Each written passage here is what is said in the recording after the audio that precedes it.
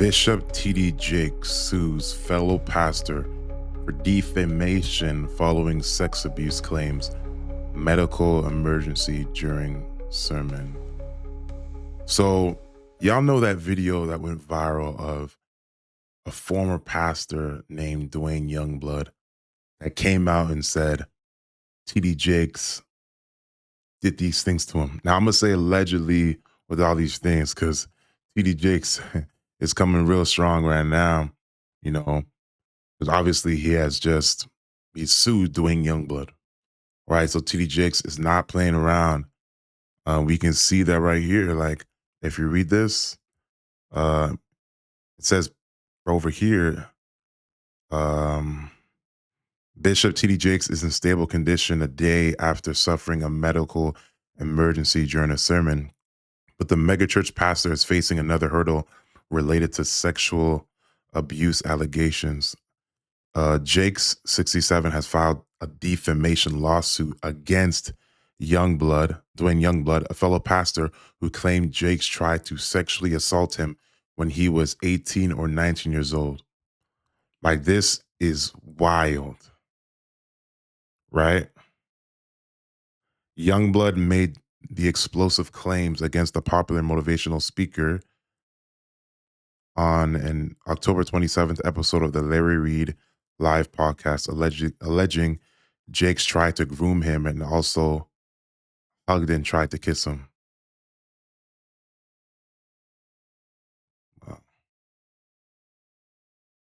The younger pastor and his attorney, Tyrone Blackburn, who represented Lil Rod in his lawsuit against Diddy, then demanded $6 million from Jakes in order to resolve this matter quickly and privately in a November 15 legal filing.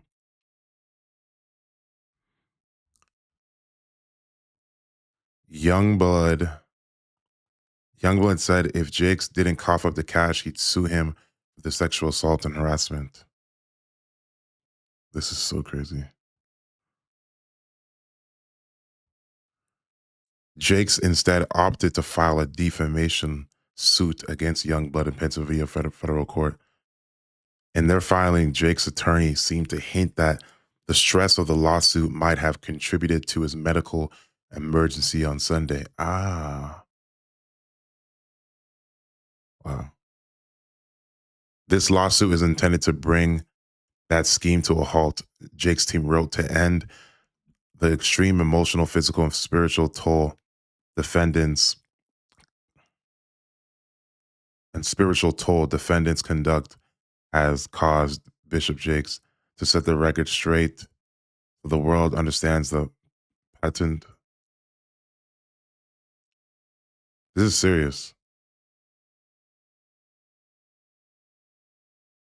Like, they're really trying to set the stage right now to show people like this is false, this didn't happen.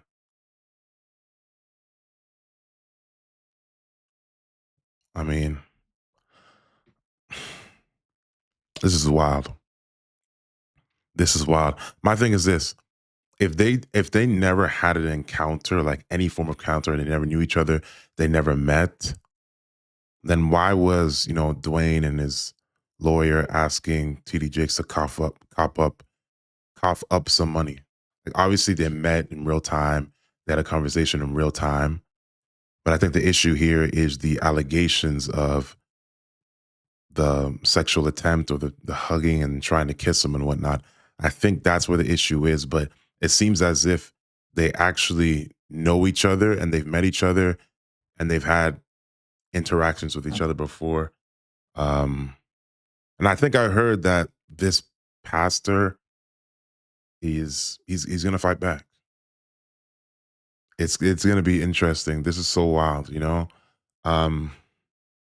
So when we saw TD Jakes going in and out and whatnot, that was the result of, I guess, the lawsuit, him taking heat. This is so crazy. So I'm going to play that video for you guys to refresh your memory, to re-jog your memory. So let's go. We befriended kind of close with Bishop Jakes.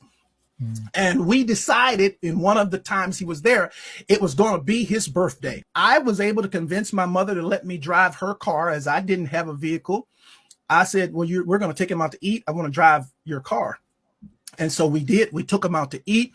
And it was decided after we were done taking him out to eat that I would be the person to take him back to his sleeping place, which at the time there was a lady named Sister Giles.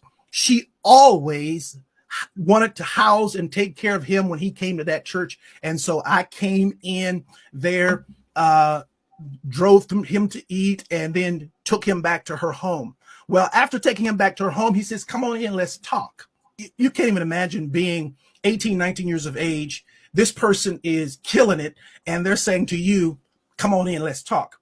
And so I did. I went in. We sat down at a very long dining room table in a room that she had. And for 2 hours, it was unbelievable. Pouring of heart, crying, him talking about my father. We talking about these scenarios. And when I listened to this, it didn't sound like a fabricated story entirely, like he never met TD Jakes. Maybe they actually met. I don't know. Maybe they actually met, but I think what TD Jakes is fighting is the fact that this, because from what I read in the article, I don't see anything of TD Jakes never meeting the guy, not knowing the guy, never, having a talk with him in person. I don't see any denial of that. But we see the denial of the sexual claims, right? So inwardly just knew there has to be some truth, and someone has to be lying.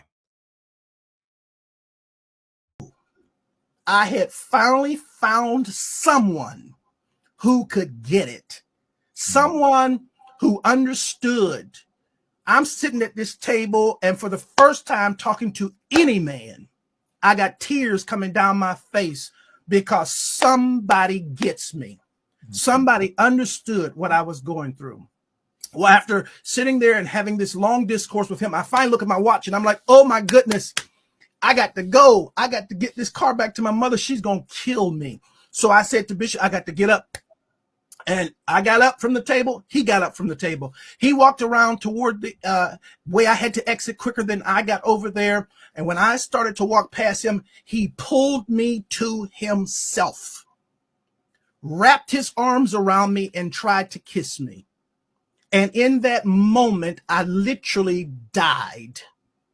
I could not. Now, this pastor was, I believe he was in jail for like 4 years or something like that, 4 to 9 years, and he got let out on probation for like some form of sexual assault or something like that with like a minor 15-year-old or something like that. I don't remember the age, right? I looked it up on the internet. It's there, right? So if this happened to him at a young age, around 18, 19 with TD Jakes, then it makes sense why he grew up to do this to other people. Usually the people, I'm not gonna say usually, but it's not surprising when someone was molested that they end up doing it to someone else. I tell you, to this day, I can't remember how I got out of that place. But I remember driving home with all kinds of crazy thoughts and what in the world am I going to do now? And I finally get home, get in the house, get in the bed. I'm going to try to go to sleep. And I get to sleep and get up in the morning. And in the morning, I step into our bathroom and my home phone rings. My mother answers the phone and she says to me, Wayne, it's Elder Jakes. And I get on that phone. And when I get on that telephone, I can hear water. He is sitting in a bathtub.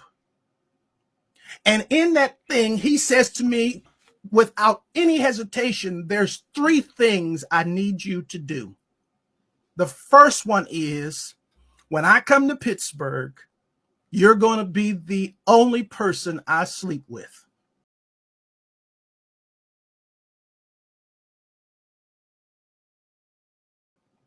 The second one is, you can't sleep with anybody else because I don't want to give my wife anything. And thirdly, I will take care of you the rest of your life.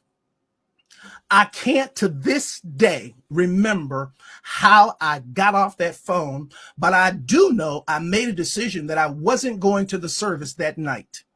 And eventually I told my mother, I'm not going to go to the service tonight. She says, no, no, no. You know, we got a rule in this house. If we go, you go.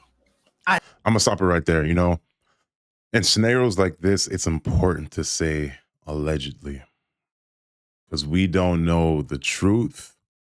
Um, I make sure on this channel that when I speak on something, I know facts like doctrine, like I'm calling out false doctrine here. Okay, this person is persisting in this false doctrine, they're a false prophet. This person is teaching witchcraft, here's the evidence, false prophet according to the scriptures. But this right here, there's no evidence of anything except for someone talking about giving their, you know, giving their perspective, giving just saying something, right? There's no like hard evidence yet, right? So they're going to go to court and we're going to see the truth or who. I mean, truth is not dependent upon whether someone wins a court case or not. Someone might just have a better lawyer. Someone may have a lack of evidence.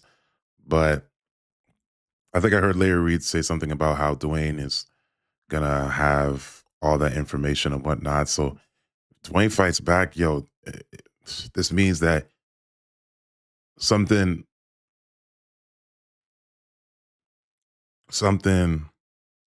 probably happened, right? And I'm not saying it did. I'm just saying in his mind, he's thinking, yeah, this definitely happened. I'm gonna fight back. I'm gonna go through this thing, right? Because I mean, if someone said something like that to me, I would. If someone went out publicly and said all these things about me and whatnot, and they're defaming me, I wouldn't go to the court. I would respond and deny it or ignore it. One of the two. I would respond, deny it, like didn't happen, move on with my life, or totally ignore it. I don't see how two pastors, one pastor, one former pastor going to the court will like benefit anything. But I think TD Jakes is more concerned about his reputation right now. He's more because he's been getting heat and heat with the whole P. Diddy thing and then the Dwayne thing. It just I'm gonna say this, it makes it all more believable because of the whole him being at P. Diddy's parties and whatnot. It makes the allegations more believable because he's at these Diddy parties and he's on camera and people are like, I've seen him at Diddy parties, right? And I want to read a verse for you guys in 1 Corinthians chapter 6, verse 1 through 11. It says, dare any of you having a matter against another go to the law before the unrighteous and not before the saints? Do you not know that the saints will judge the world? And if the world will be judged by you, are you unworthy to judge the smallest matters? Do you not know that we shall judge angels? Now, I'm going to say this. Since this has to do with sexual assault, this is not something you do in the church, right? Um, it makes more sense for young blood to go file something than for TD Jakes to go to court to file a lawsuit of defamation. Right? The sexual abuse thing is not something you deal with in the church. You call the police, you get the authorities involved, people go to prison for that stuff. Right? But on TD Jakes' end, I believe that, if lawyers were involved, obviously Dwayne believes like this, he's basically saying this actually happened. Right? Verse 3 continues. It says, do you not know that we shall judge the angels? How much more things that pertain to this life? And if then you have judgments concerning things pertaining to this life, do you appoint those who are least esteemed by the church to judge? I say this to your shame. Is it so that there is not a wise man among you, not even one, who will be able to judge between his brethren? But brother goes, but brother goes to law, but brother goes to law against brother, and that before unbelievers. Now therefore, it is ready an utter failure for you that you go to law against one another. Why do you not rather accept wrong? Why do you not rather let yourselves be cheated? That's what I do. I let myself be cheated. You know, now you yourselves do wrong and cheat, and you do these things to your brethren, do you not know that the unrighteous will not inherit the kingdom of God? Do not be deceived. Do not be deceived. Neither the fornicators, nor adulterers, nor homosexuals, nor sodomites, nor thieves, and so forth, so forth, so forth. Right? I think if this truly never happened, that TD Jake should have just come out publicly and be like, "This never happened at all," and just totally deny it with his mouth, and just move on, and just allow himself to be, people try to whatever. But I just don't, because like we're getting into a space right now where Christian leaders, we see the whole thing with Daystar, Joni Lamb, where they're just threatening people with lawsuits. If you say this or if you react to this, lawsuit, lawsuit, lawsuit. So that's the theme right now, lawsuits, right? That's the theme, lawsuits.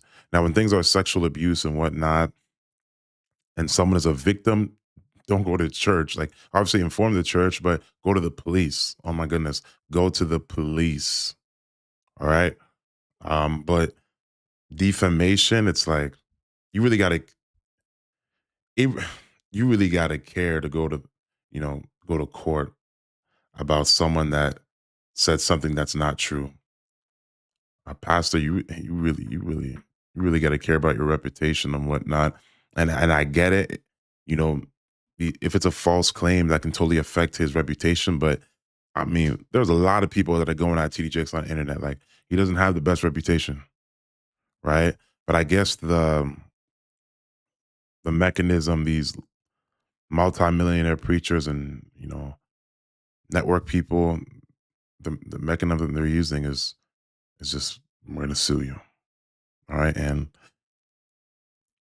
they serious, but we gonna stand 10 toes down on the truth.